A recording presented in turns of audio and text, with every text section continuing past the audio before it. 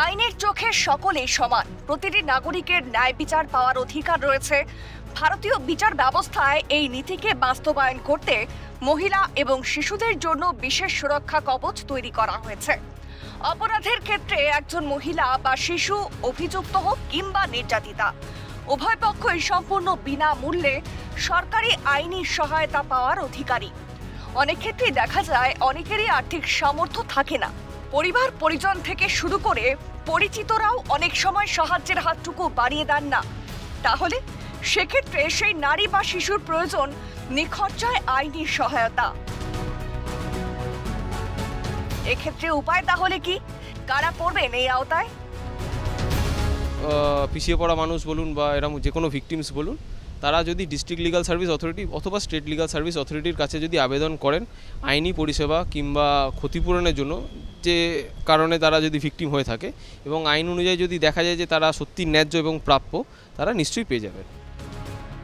উদাহরণস্বরূপ 2014 সালে মুর্শিদাবাদের এক অ্যাসিড আক্রান্ত নির্যাতিতার মামলায় নির্যাতিতা প্রথমে ডিএলএসএ মুর্শিদাবাদের কাছে আবেদন জানান। পরবর্তীতে 2017 সালে 3 লক্ষ টাকা ক্ষতিপূরণ পাওয়ার নির্দেশ দেয় আদালত।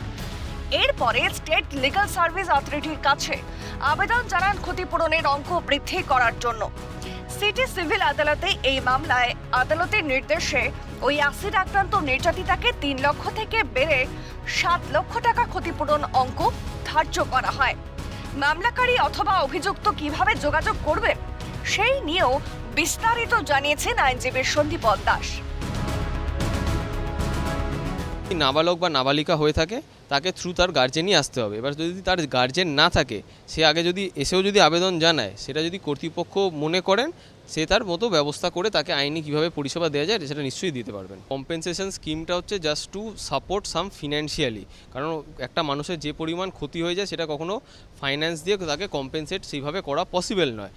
এবার এইখানে ওনার সাথে যা যা ইনসিডেন্ট ঘটেছিল বা ওনার মতো আরও যারা যারা আছে তাদের সাথে যা যা মেডিকেল ট্রমা বা এবং মেডিকেল ট্রিটমেন্ট ওরিয়েন্টেড যা যা খরচ হয়ে থাকে, সেই সব ডকুমেন্ট যদি এখানে জমা করে থাকে, সেই ভিকটিম কম্পেনসেশন স্কিম অনুযায়ী পেয়ে থাকে।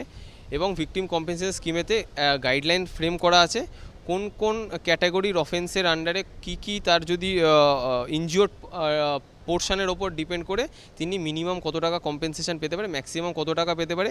এবং যদি দেখা গেল যে তার সত্যি অনেকটাই ক্ষতি হয়ে গেছে এবং অথরিটি যদি মনে করে বিয়ন্ড তার থেকেও হয়তো কম্পেনসেশন বেশি অ্যামাউন্টও প্রোভাইড করতে পারে, কনসিডারিং থার্ড মেডিকেল এক্সপেন্সেস এবং আদার এক্সপেন্সেস ইনক্লুডেড। আদালতের প্রেমাইসেসেই প্রত্যেক কটা ডিস্ট্রিক্টে এদের অফিস আছে এবং সাব ডিভিশন যদি থাকে সেই সব সাব ডিভিশনেও এদের অফিস আছে।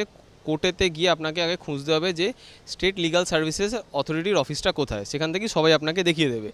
হাইকোর্টে এলে হাইকোর্টের একটি স্পেসিফিক আছে, Calcutta high court legal services committee, এবং সিটি কোর্ট বিল্ডিংয়েতেই আমাদের ফার্স্ট ফ্লোরেতে আছে state legal services authority, city civil কোর্টের বিল্ডিংয়েতে। এবং এদের একটা টোল ফ্রি নাম্বারও আছে 15100। এখানেও যদি আপনি ফোন করেন, এখান থেকেও আপনি আপনার মতো গাইডেন্সটুকু পেয়ে যাবেন টু আইডেন্টিফাই আপনার স্পেসিফিক ফোরামটাকে। ভিন রাজ্যে মামলা হলে কিভাবে আবেদন করা যায়, মামলার নিষ্পত্তি কতদিনের মধ্যে হয়, সেই বিষয়েও বিস্তারিত জানালেন আইনজীবী। আমাদের পশ্চিমবঙ্গ হয়ে থাকে, তাহলে পশ্চিমবঙ্গের হাইকোর্টেতেও এই সুযোগ সুবিধা পেতে পারে। এখানে আবেদন করলে এনারা এই আবেদন বিচার বিবেচনা করে নিয়ে নিশ্চয়ই প্রোভাইড করে। সুপ্রিম কোর্ট হলেও করে, সেখানে ওনাকেও ওই একই ফর্মুলা, ওনাকে আবেদন করতে হবে। আবেদন করার পর ওই আবেদন ওনারা ভেরিফাই করবে, ভেরিফাই করে অ্যাপ্রুভ করে দেবে। এবং ভিন রাজ্যে যদি হয়ে থাকে তাহলে এখন ভিন রাজ্যের state legal service authority provide করছে কি করছে না, বা আমাদের ডিপার্টমেন্ট থেকে ওনার ডিপার্টমেন্টে এটা ফরওয়ার্ড করে করানো হচ্ছে কি না, সেটা ডিপার্টমেন্টাল টু ডিপার্টমেন্টাল ব্যাপার। নিষ্পত্তি হওয়ার কথাটা তো বলা খুব মুশকিল, কারণ মানে এটা খুবই সময় সাপেক্ষ। এবার আপনি যদি আবেদন করলেন, আপনার আবেদন যথেষ্ট দ্রুততার সম্বন্ধে এটাকে দেখা হয় এবং খুবই দ্রুত আপনাদের আইনজীবী নিয়োগ করা হয় এখান থেকে। আইনজীবী কি একই থাকেন নাকি আইনজীবী বদলে যেতে পারেন যদি ফোরাম চেঞ্জ হয়? সেটা ডিপেন্ড করছে। এখন ধরুন আপনার ডিস্ট্রিক্টে মুর্শিদাবাদে রয়েছে ফর এক্সাম্পল, যেন বললাম, ওখানকার প্যানেল নিযুক্ত আইনজীবী ওখানকার থেকে থাকবে। এবার হাইকোর্টে ধরুন ক্যালকাটা হাইকোর্ট লিগাল সার্ভিস অথরিটিরও একটা আছে, প্লাস স্টেট লিগাল সার্ভিস অথরিটির প্যানেল অ্যাডভোকেট আছে। এটা ডিপার্টমেন্ট ডিসাইড করবে কাকে কীভাবে কখন রাখবে না রাখবে। মহিলা হোক বা শিশু, যদি তিনি হন নির্যাতিতা থেকে শুরু করে অভিযুক্ত, তাহলে যদি নিখরচায় তাকে আইনি সহায়তার প্রয়োজন পড়ে অবশ্যই দ্বারস্থ হয়ে আবেদন জানাতে পারেন ডিএলএসএ বা এসএলএস এর মামলা অনুযায়ী, এবং তাদের যে টোল ফ্রি নাম্বার রয়েছে সেই নাম্বারে যোগাযোগ করলে সম্পূর্ণ আইনি সহায়তার যা যা প্রয়োজন রয়েছে সেই বিষয়গুলো বুঝিয়ে দেওয়া হবে। ক্যামেরায় সুদীপ্ত দত্তর সঙ্গে অদ্রিজা ঘোষ, ক্যালকাটা নিউজ, কলকাতা।